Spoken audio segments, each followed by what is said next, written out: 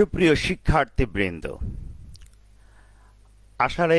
আষাঢ়ের এই বর্ষণমুখর সকালে সবাইকে আমার ফেসবুক লাইভ ক্লাসে শুভেচ্ছা জানাচ্ছি।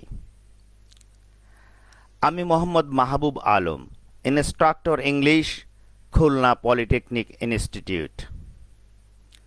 আমার subject English, code number 65712।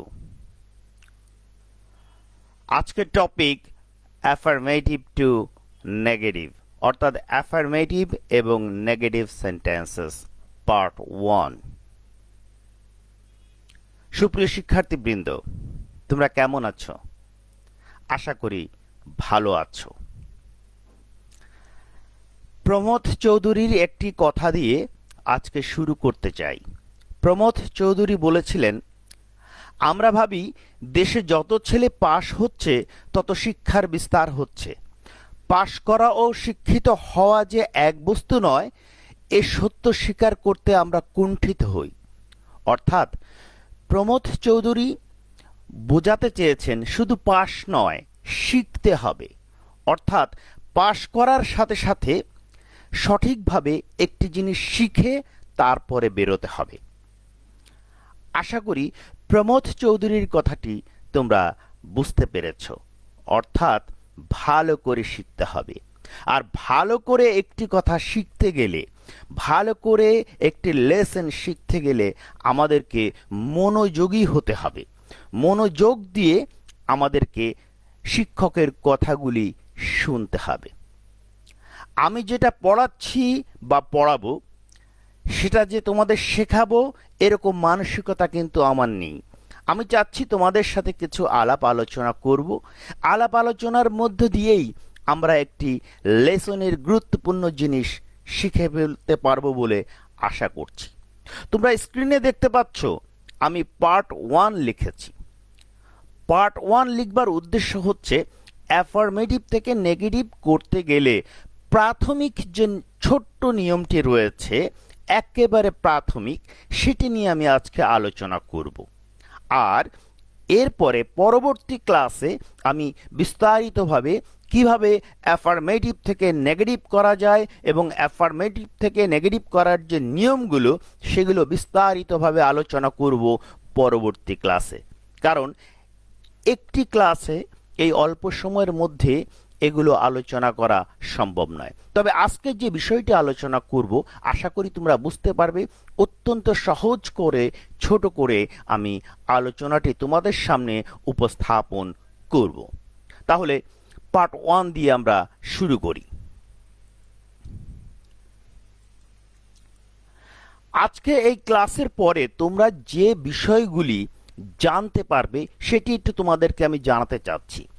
Students can be familiar with affirmative and negative, অর্থাৎ তোমরা এই ক্লাসের পরে অ্যাফার্মেটিভ সেন্টেন্স কি এবং নেগেটিভ সেন্টেন্স কি এটি জানতে পারবে। অর্থাৎ অ্যাফার্মেটিভ এবং নেগেটিভের সাথে তোমরা পরিচিত হতে পারবে। তারপরে students can transform from affirmative to negative. তোমরা কিন্তু প্রাথমিকভাবে অ্যাফার্মেটিভ থেকে নেগেটিভ কিভাবে করতে হয়, কিভাবে ট্রান্সফর্ম করতে হয়, অর্থাৎ চেঞ্জটা কিভাবে করতে হয় সেটি কিন্তু তোমরা জানতে পারবে। তারপর get privilege while speaking or writing. যদি অ্যাফার্মেটিভ থেকে নেগেটিভ সুন্দরভাবে করতে পারো তাহলে তোমরা যখন কথা বলতে যাবে বা লিখতে যাবে ইংরেজিতে কিছু, তখন কিন্তু মনের ভাব সুন্দরভাবে প্রকাশ করতে পারবে। মনের ভাব সুন্দরভাবে লেখনীর মাধ্যমে হোক বা কথার মাধ্যমে হোক প্রকাশ যদি করতে চাও তাহলে অ্যাফার্মেটিভ থেকে নেগেটিভ সুন্দরভাবে শিখতে হবে। শিখলে মনের ভাব সুন্দরভাবে প্রকাশ করা যায়। সুপ্রিয় শিক্ষার্থীবৃন্দ, তাহলে আসো শুরু করা যাক অ্যাফার্মেটিভ কি আর নেগেটিভ কি। আমি তোমাদের জন্য অত্যন্ত সহজ করে, সংক্ষিপ্ত করে এই লেসনটি তৈরি করেছি। তাহলে আসো অ্যাফার্মেটিভ কাকে বলে। অ্যাফার্মেটিভ সেন্টেন্স মানে হচ্ছে হ্যাঁ বোধক সেন্টেন্স। অ্যাফার্মেটিভ সেন্টেন্স মানে কি? মানে হ্যাঁ বোধক সেন্টেন্স। এবং নেগেটিভ সেন্টেন্স মানে না বোধক সেন্টেন্স। অর্থাৎ হ্যাঁ বোধক সেন্টেন্সকে অ্যাফার্মেটিভ সেন্টেন্স বলে এবং না বোধক সেন্টেন্সকে নেগেটিভ সেন্টেন্স বলে। অর্থাৎ যে সেন্টেন্সে নট বা নেভার এই জাতীয় শব্দ নেই, না বোধক শব্দ নেই, সেটা হচ্ছে অ্যাফার্মেটিভ সেন্টেন্স, এবং যে সেন্টেন্সে নট বা নেভার এই জাতীয় না বোধক শব্দ রয়েছে সেটা হচ্ছে নেগেটিভ সেন্টেন্স। আশা করি অ্যাফার্মেটিভ সেন্টেন্স কি এবং নেগেটিভ সেন্টেন্স কি সেটা তোমরা বুঝতে পেরেছ। সুপ্রিয় শিক্ষার্থীবৃন্দ, আসো আমরা দুই একটি এক্সাম্পল দেখি। প্রথমে 1 নম্বর এক্সাম্পলে আমি বলছি হি ইজ ক্লেভার। এটা একটি অ্যাফার্মেটিভ সেন্টেন্স। দেখো পাশে ব্র্যাকেটে লেখা রয়েছে অ্যাফার্মেটিভ। হি ইজ ক্লেভার, সে চালাক। এই সেন্টেন্সে দেখো কোনো নট বা নেভার কিছু নেই, সুতরাং হি ইজ ক্লেভার এটা হচ্ছে একটি অ্যাফার্মেটিভ সেন্টেন্স। একইভাবে দেখো 2 নম্বর উদাহরণে আমি বলছি হি ইজ নট এ ফুল, সে বোকা নয়।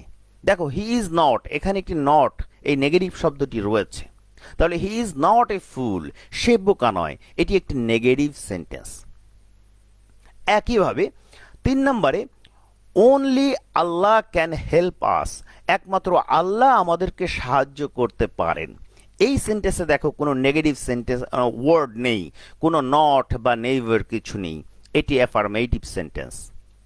একইভাবে the boy is never late, এই সেন্টেন্সে দেখো এখানে নেভার রয়েছে, never. The boy is never late, ছেলেটি কখনো দেরি করে না, তার মানে সব কাজ সময় মতো করে। তাহলে the boy is never late এটা একটি নেগেটিভ সেন্টেন্স, যেহেতু নেভার রয়েছে। অর্থাৎ যে সেন্টেন্সে নট বা নেভার থাকবে এটা নেগেটিভ সেন্টেন্স, এবং যে সেন্টেন্সে নট বা নেভার থাকবে না সেটা হচ্ছে অ্যাফার্মেটিভ সেন্টেন্স। তাহলে এক কথায় হ্যাঁ বোধক সেন্টেন্সকে আমরা বলবো অ্যাফার্মেটিভ সেন্টেন্স এবং না বোধক সেন্টেন্সকে আমরা বলবো নেগেটিভ সেন্টেন্স। আশা করি তোমরা বুঝতে পেরেছো। এখন কেউ যদি তোমাদেরকে জিজ্ঞাসা করে অ্যাফার্মেটিভ সেন্টেন্স কি অথবা নেগেটিভ সেন্টেন্স কি, তোমরা অবশ্যই পারবে কি পারবে না? অবশ্যই তোমরা সহজে বলতে পারবে যে যে সেন্টেন্সে নট বা নেভার থাকে না সেটা অ্যাফার্মেটিভ সেন্টেন্স অর্থাৎ হ্যাঁ বোধক সেন্টেন্স, এবং যে সেন্টেন্সে নট বা নেভার দিয়ে না বোধক কোনো অর্থ তৈরি করে সেটা হচ্ছে নেগেটিভ সেন্টেন্স।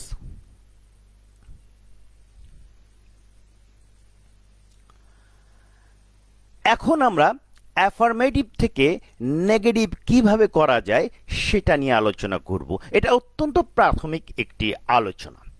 অ্যাফার্মেটিভ থেকে নেগেটিভ করতে গেলে একটি নাবোধক শব্দ অর্থাৎ নট বসাতে হয়। অর্থাৎ অ্যাফার্মেটিভ থেকে নেগেটিভ করতে গেলে আমরা নট বসাবো। এই নটটাকে আমি বলছি নাবোধক শব্দ, এবং অর্থ বুঝে বিপরীত অথবা অপোজিট শব্দ বসাতে হয়, মানে অ্যান্টোনিম বসাতে হবে। খেয়াল রাখতে হবে যেন অর্থের পরিবর্তন না হয়। অর্থাৎ অ্যাফার্মেটিভ থেকে নেগেটিভ করতে গেলে আমরা নাবোধক শব্দ নট অথবা নেভার বসাবো এবং অর্থটি বুঝতে হবে সেন্টেন্সটির। আসলে যে সেন্টেন্সটি তোমাকে দেয়া হয়েছে ওই সেন্টেন্সটির অর্থটি কি সেটি বুঝতে হবে। সেটি বুঝে অ্যাডজেক্টিভের বিপরীত শব্দ বসাতে হবে বা দুই একটি শব্দের অ্যান্টোনিম করতে হবে, বিপরীত শব্দ দিতে হবে, তাহলেই আমার নেগেটিভ হয়ে যাবে এবং সেই সাথে অর্থেরও কোনো পরিবর্তন হবে না। যেমন উদাহরণে আমি বলছি, দেখো হি is clever, he is clever এটা হচ্ছে একটি অ্যাফার্মেটিভ সেন্টেন্স, এটাকে আমরা নেগেটিভ করব। তাহলে হি ইজ ক্লেভার, দেখো হি ইজ নট ফুলিশ। দেখো প্রথমে আমরা হি বসালাম, তারপরে ইজ বসালাম, তারপরে একটি নেগেটিভ শব্দ নট দিলাম, হি ইজ নট। এবার এই ক্লেভার এর বিপরীত শব্দ হচ্ছে ফুলিশ, বসিয়ে দিলাম, হি ইজ নট ফুলিশ, সে বোকা নয়। অথবা এভাবে আমরা লিখতে পারি হি ইজ নট এ ফুল, সে বোকা নয়। তাহলে আমার নেগেটিভ হয়ে গেল। দেখো হি ইজ ক্লেভার, সে চালাক বা সে হয় চালাক। আমি যখন বলবো হি ইজ নট ফুলিশ, তার মানে কি সে বোকা নয়। সে বোকা নয় মানে কি সে চালাক, তার মানে আমার নেগেটিভ হলো অর্থেরও কোনো পরিবর্তন হলো না। এজন্য নেগেটিভ করবার সময় অবশ্যই খেয়াল রাখতে হবে আমি যতই নাবোধক শব্দ বসাই না কেন আমার যেন অর্থের পরিবর্তন না হয়। আর অর্থের পরিবর্তন না করবার জন্য আমাদেরকে বিপরীত শব্দ বা অপোজিট ওয়ার্ড বসাতে হবে, অ্যান্টোনিম করে দিতে হবে দুই একটি শব্দকে, তাহলেই আমাদের নেগেটিভ হয়ে যাবে অর্থের পরিবর্তন না করে। এরপর 2 নম্বরে জন ইজ এ গুড বয়, এটি একটি affirmative sentence. John is a good boy, তাহলে এটাকে আমরা নেগেটিভ করব কিভাবে? দেখো, জন ইজ নট, নেগেটিভ একটি শব্দ বসালাম, জন ইজ নট। এরপর দেখো এ গুড বয়, এর বিপরীত শব্দ কি? এর বিপরীত শব্দ হচ্ছে এ ব্যাড বয়, অর্থাৎ গুডের বিপরীত হচ্ছে ব্যাড। তাহলে John is not a bad boy, John একজন খারাপ ছেলে নয়। তার মানে কি? জন ভালো ছেলে। তাহলে অ্যাফার্মেটিভ ছিল জন is a good boy, John একজন ভালো ছেলে। আর আমরা যখন নেগেটিভ করছি John is not a bad boy, John খারাপ ছেলে নয়, তার মানে জন ভালো ছেলে।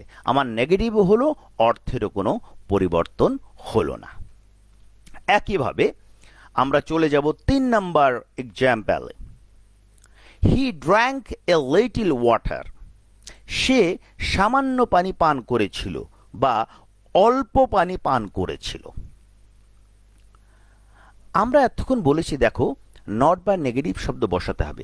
যেসব সেন্টেন্সে অ্যাম, ইজ, আর, ওয়াজ, ওয়ার এগুলো থাকবে সেই সব সেন্টেন্সে সেই অ্যাম, ইজ, আর বা ওয়াজ, ওয়ারের পরে নট বসিয়ে দিলেই আমার নেগেটিভের কাজ শুরু হয়ে যায়। যেমন দেখো এখানে ছিল হি ইজ ক্লেভার, প্রথমে আমরা দিয়েছি হি ইজ নট ফুলিশ, মানে হি is not.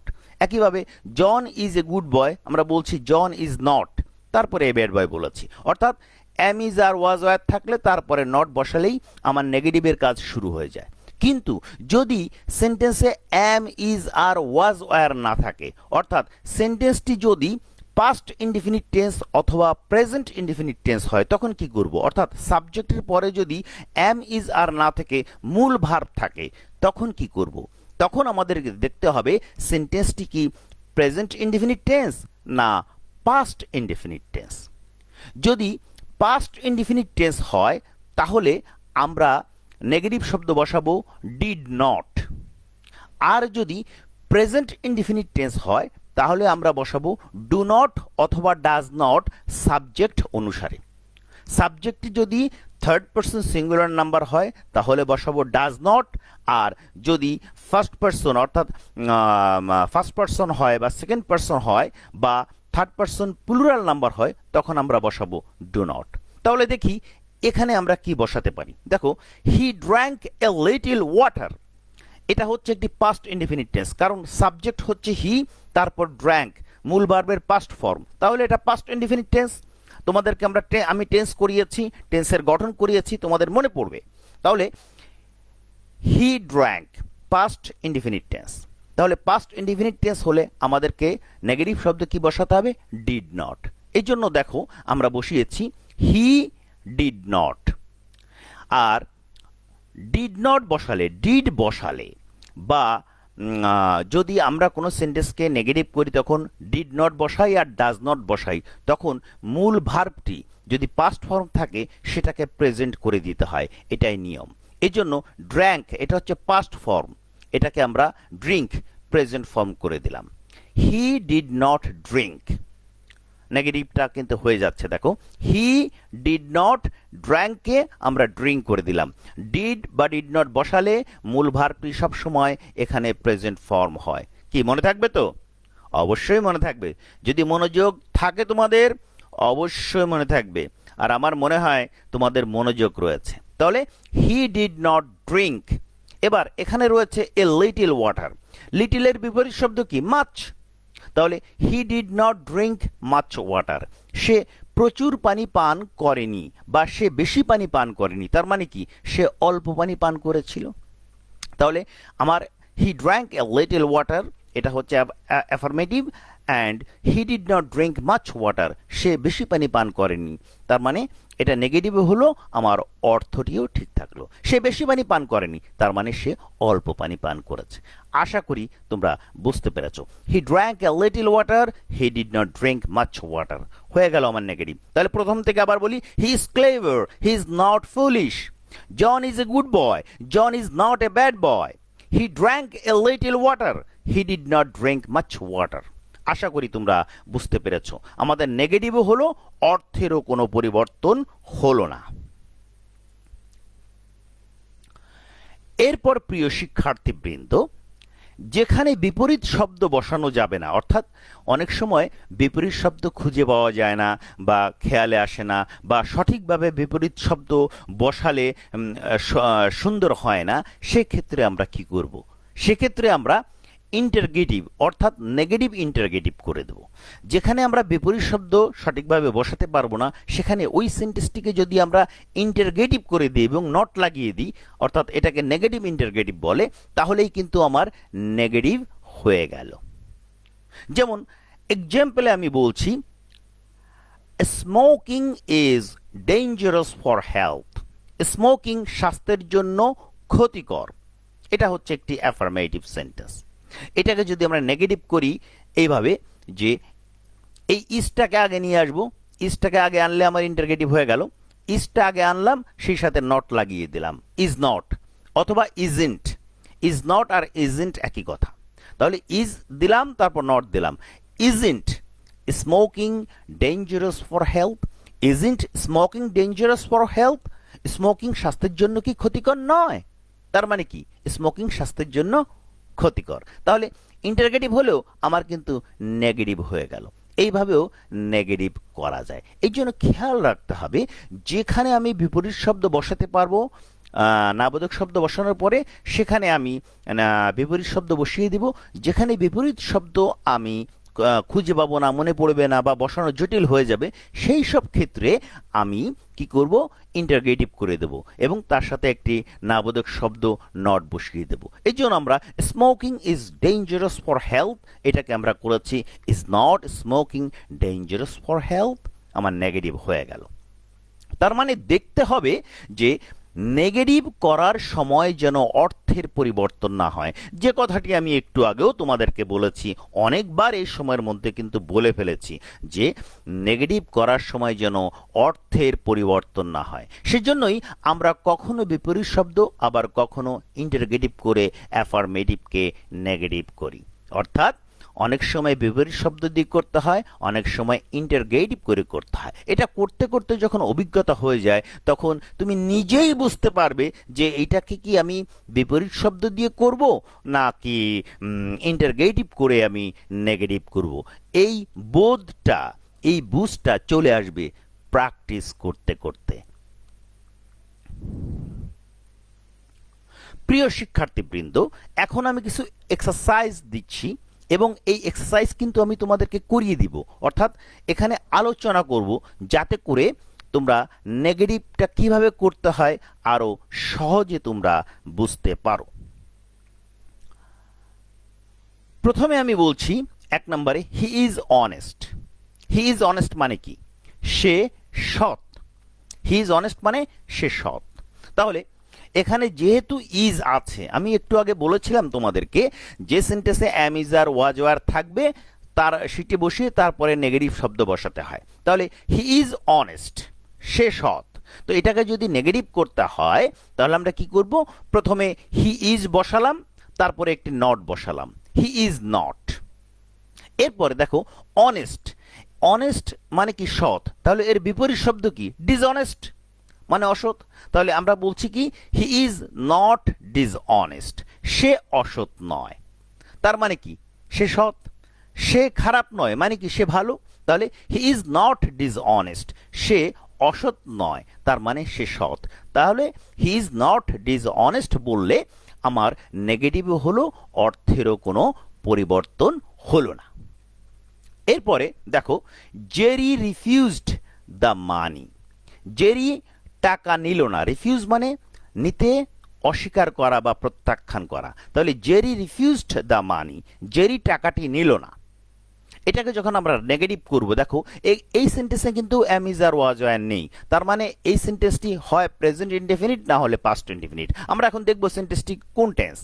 Jerry refused the money, subject হচ্ছে জেরি, মূল ভার্বের পাস্ট ফর্ম রিফিউজড রয়েছে, তাহলে এটা পাস্ট ইনডেফিনিট টেন্স।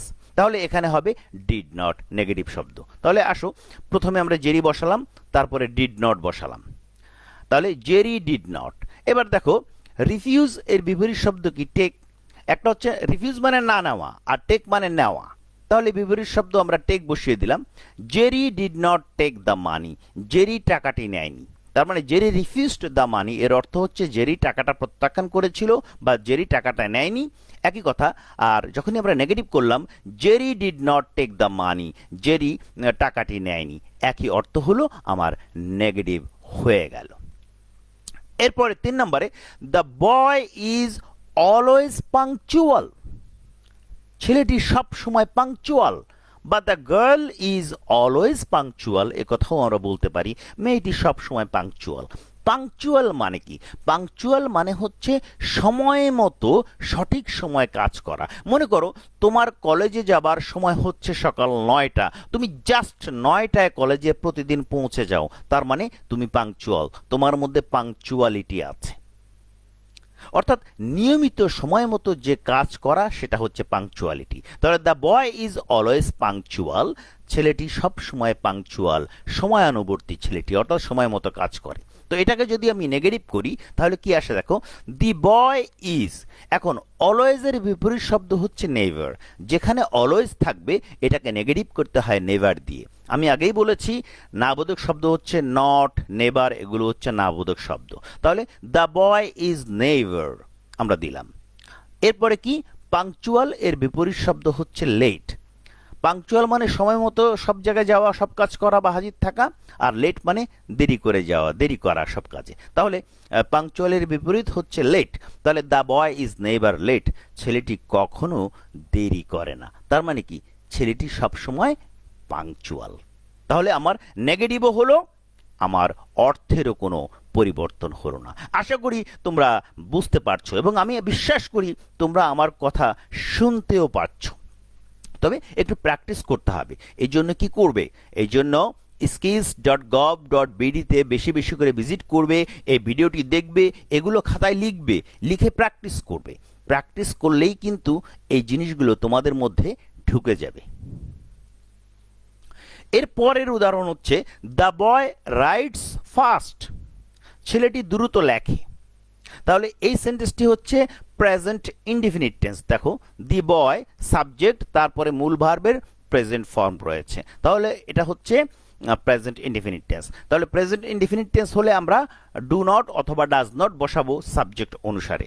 যেহেতু একটু আগে আমরা পাস্ট টেন্স করলাম পাস্ট ইনডিফিনিট, পাস্ট ইনডিফিনিটে আমরা ডিড নট বসিয়েছি, তাহলে এখানে আমরা বসাবো ডু নট অথবা ডাজ নট। এখন কোনটা বসাবো? সাবজেক্টটা দেখি, সাবজেক্টটা হচ্ছে দি বয়, দি বয় হচ্ছে থার্ড পারসন সিঙ্গুলার নাম্বার, তাহলে হবে ডাজ নট। আর যদি ফার্স্ট পারসন বা সেকেন্ড পারসন হতো তাহলে আমরা ডু নট বসাতাম। তাহলে দি বয় ডাজ নট। এরপরে এই যে রাইট, মূল ভার্বটি বসিয়ে দিলাম, দি বয় ডাজ নট রাইট।